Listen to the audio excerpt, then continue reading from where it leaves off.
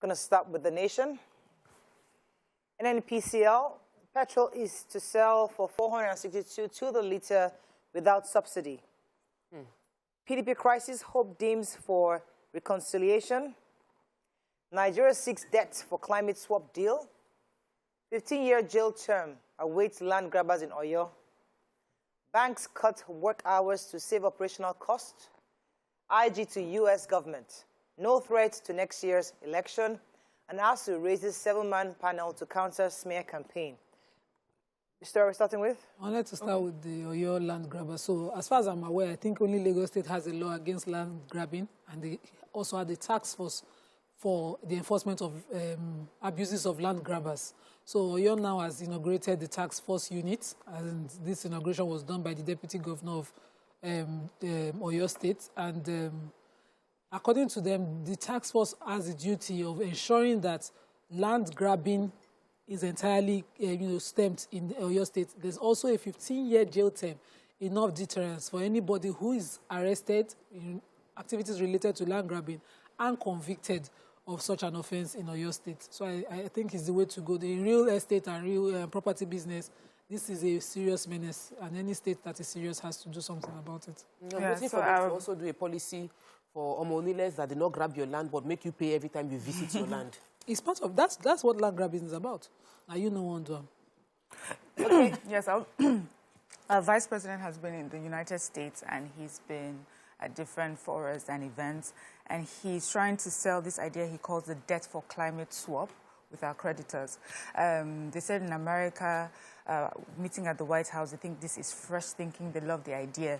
So he tries to explain it here. I will just read it exactly as he says. He says that our Vice President explains that the debt for climate swap is a type of debt swap where bilateral, multilateral debt is forgiven by creditors in exchange for commitment by the debtor to use the outstanding debt service payments for national climate action programs. So you know now, the world, we're looking towards clean energy and so many other things concerning just the way forward as regards climate change and the positive impact countries can make. And one of the continents that's really lagging behind when it comes to Africa movements like this is our continent, and Nigeria is one of those countries.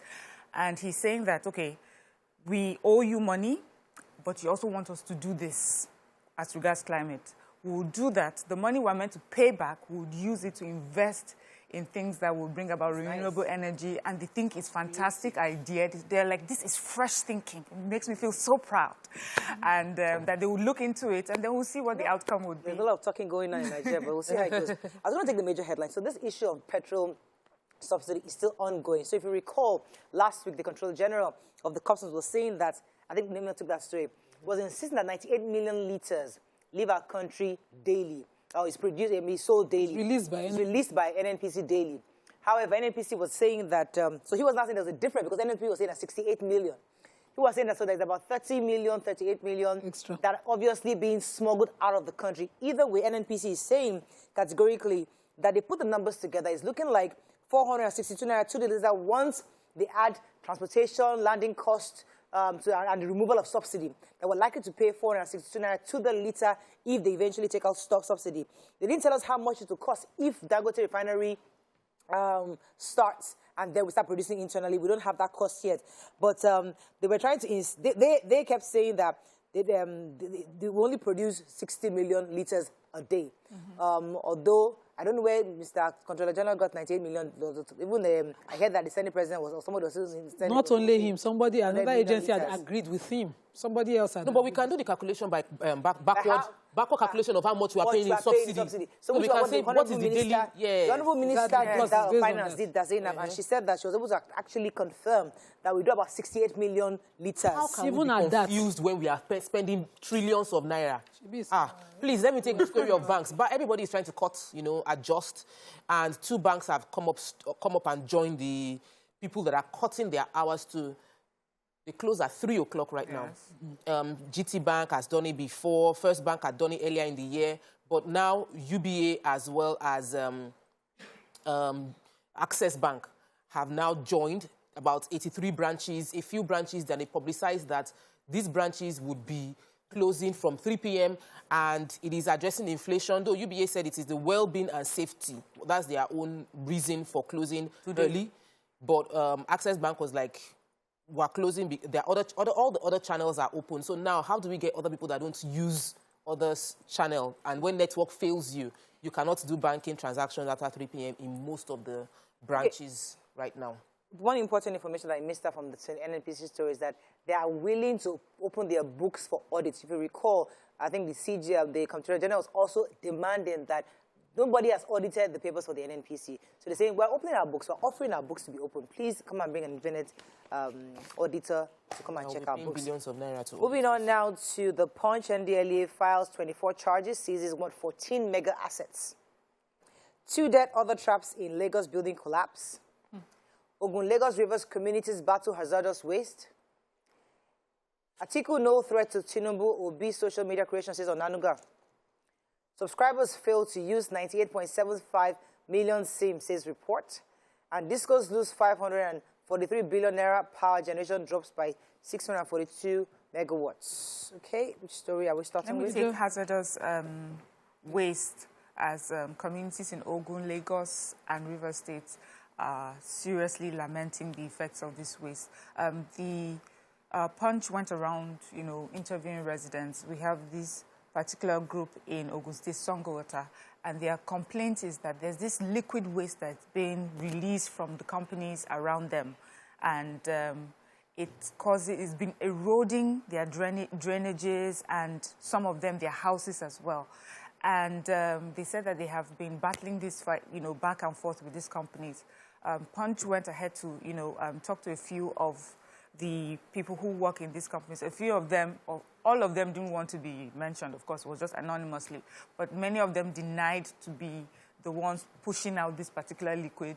Some say we do powder for our own chocolate, water, just we're not the particular ones. But I guess with water, you can trace the source, right? Mm-hmm. So we'll see how that happens. In other communities, too, is a stench that comes from a dump site, from the waste that these companies drop there. It's just so many places like that across the states. And we have heard these complaints over and over again. A lot of them, of course, are calling to the commissioners of environment in the various states to look into these things and do something. It seems to me like, commissioners or the Ministry of Environment is really struggling on the best way forward. But we need to realize that this has an impact on people, and we need to do something quickly about it.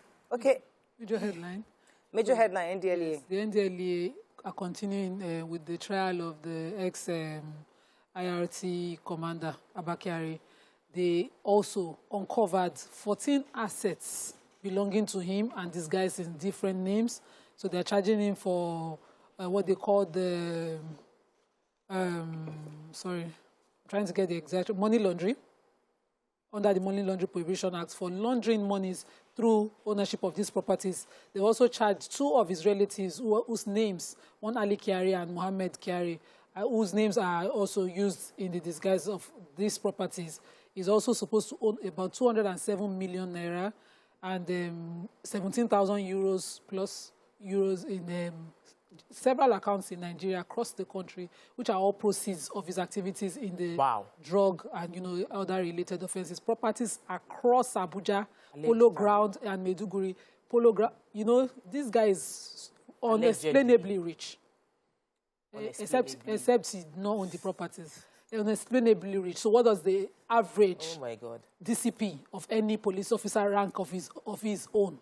And how do you explain the assets? Yeah. What did his father do? Was his father Dangote's cousin? How did he arrive at this amount of money? That, for me, I think is the question here. Mm-hmm. But I'm happy that, 24 additional charges have been leveled against him. I hope that he... Asset declaration for police officers, right? I know they do. They do, and because of investigation, he didn't disclose. Oh. Okay, let me go on a quick break. When we come back, we continue with our reviews. Stay with us. We'll be right back. Thanks for staying with us. We still have one more story in Punch. Yes, so there's a report that's about 98.75 million SIMs are not being used. The total number of SIMs that have been sold is over 208 million as of July this year. with 2.5 million new subscribers joining active network within that same July. But they noticed that some people are not using, a lot of people are not using their SIM, like 98 million SIMs are not being used. The complaints are some of them are maybe students that only use their SIM on holiday periods. There are those that have traveled out of the country that still keep their SIM. People that have relocated, they said they also have issues with people that have 2 or 3 lines but use one more. So they keep the line, but it is not in active use. So it's open, maybe they just barely recharge it, but it's not in use. And they are feeling like a lot more needs to be done. There is also the conversation around the NIN blocking some numbers and how that is affecting people that are not reactivating. So the SIMs are dead, it's been sold, but it's been blocked, so it's no longer in use. And the total number is 98.75. I was wondering what the solution would be. There was none. And right now, NIMS has been down for like 3 weeks. Yes. So if your line is blocked or bad, you cannot activate your line for the past 3 weeks because NIN portal, NIMS, is down. And then they said a lot of accounts were blocked because they are trying to they need to reactivate them. So there's a lot going on with our telecommunications from both the telecoms end and even from the regulators end in making it work well. We really need improvement. Okay, so the PDP crisis seems to have deepened because 2 vice chairmen, they didn't mention their names in this report in Daily Sun. Oh, actually, I have not mentioned the Daily Sun. Let's move on to Daily Sun. Daily Sun. IU battles for survival as PDP crisis worsen. NNPC offers to submit to forensic audit of fuel supply. Gunmen behead Tescom director, kill NSCDC officer, abduct 35 passengers in Ondo and Ekiti. 2023, PDP tackles Tinubu over comment on opposition party. NDDC Oshomole Akeredolu Sylvia fight over MD as litigation threatens board inauguration. Bloody day in Lagos, Abuja, Niger, as 2 die, scores injured in Lagos collapsed building. Alaafin to Kingmakers shortlist 86 contestants. Government holds peace parley. An article promises women, youths 40% cabinet positions. Okay, that's 5 months to election. So I was going to take the major headline, which is about the crisis in PDP. So 2 vice chairmen in the PDP have also joined the campaign for the chairman himself, Dr. Iyocha Ayu, to step aside. If you recall, that's the ongoing crisis that was initiated after the presidential flag bearer, Atiku Abubakar, had picked Governor Okowa of Delta State as his running mate.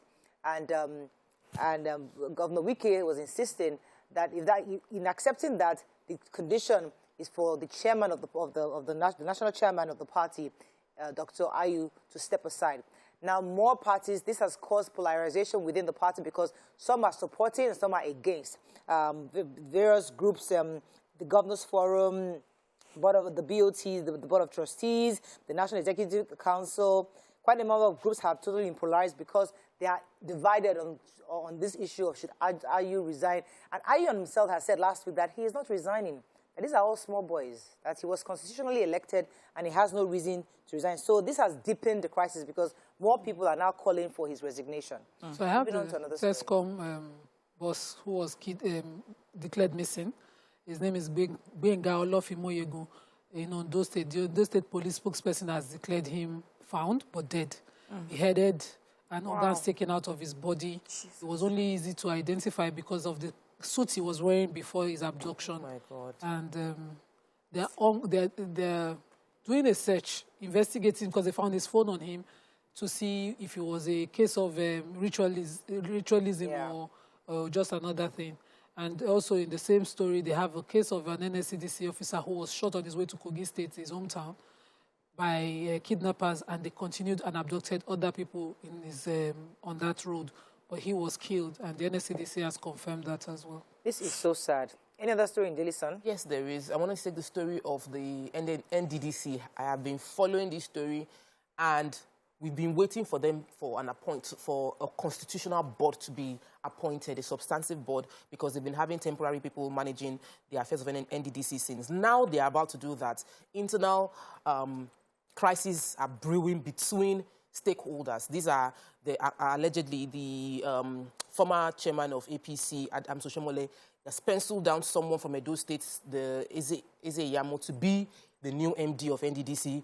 And Akeredolu is saying that, the governor Akeredolu is saying that it's, in fairness, it's time for Ondo State to also get, but within his party, the people that he's pushed forward are not from the oil-producing area of Ondo State, so that's also meeting with challenges. People are, the South Elders Progressive Forum is also accusing the Attorney General of supporting Edo becoming the Edo State, and Edo Indigene becoming the next MD. At the end of the day, all through the conversation, there's nothing to be spoken about the fact that we need to drill down on the effectiveness of NDDC and the challenges NDDC has been through since, where a lot of money has gone through and there's no substantial infrastructural development on ground. It is all about where the new MD comes from and who the EDs are going to be. Can we just sit, like...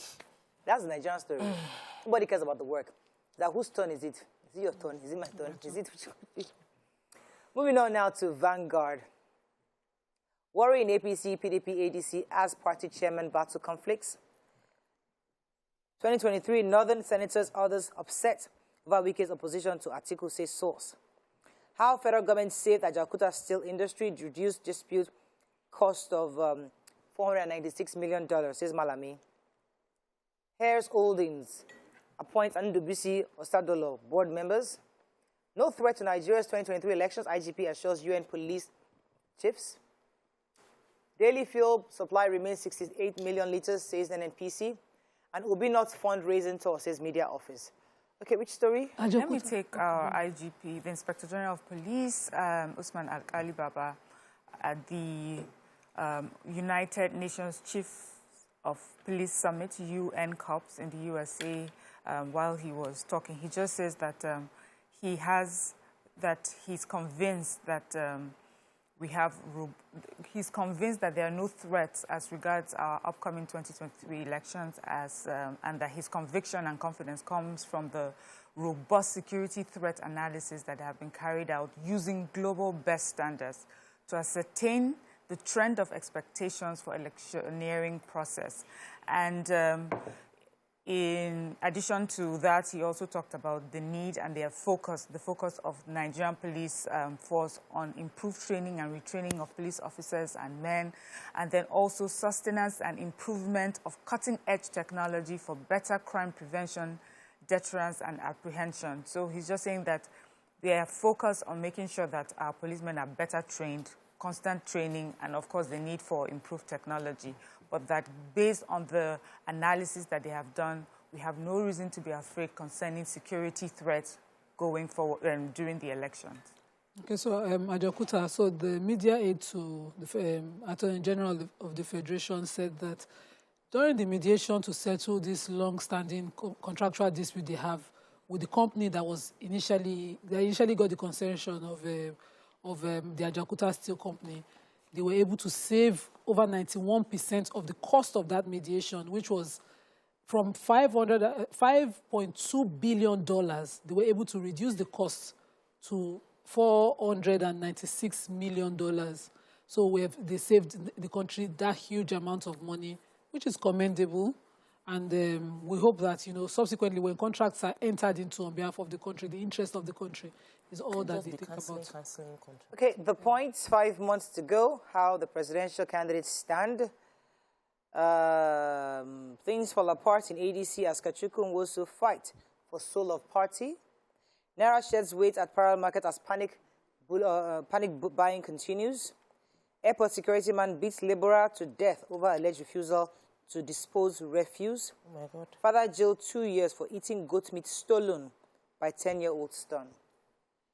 So which one do you have? Yes, the airport security that killed, who he allegedly called a laborer, but the account of the Commissioner for Infrastructural Development within the state says that she was a hawking within the airport, cargo airport in, I'm trying to get the state, Ebonyi State Cargo Airport. So usually they would come around and there was this corn stock, kept somewhere, and he had asked her to clear it.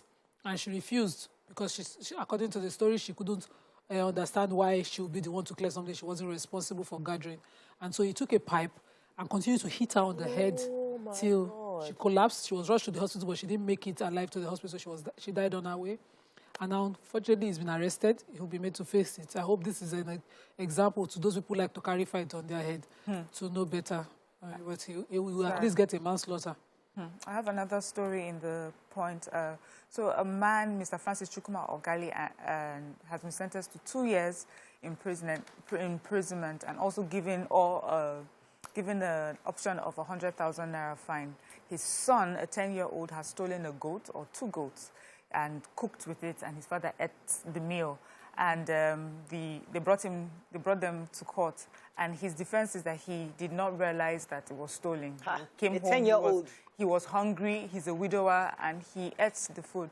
But the complainant said that this man is well known for allowing his children go out and steal for him, and they will eat it. And in this particular case, they buried the remains of the goat so that people would not know that he's the one. So he's been. Isn't it interesting how convictions like this, you quickly get them? You know, they stole goods, they slap somebody, this kind of things, you get them to court and you quickly, you know, find them. But those big billions, you are waiting like years, you are going Wadume. back, you are still waiting. 7 years. This kind of matter, they stole goods. You don't want to quickly go to court. We're stealing goods. That's all we can take on front pages. Work is just starting. Let us not get dramatic too soon. We'll be right back with our hot topic. Stay with us. We'll be right back.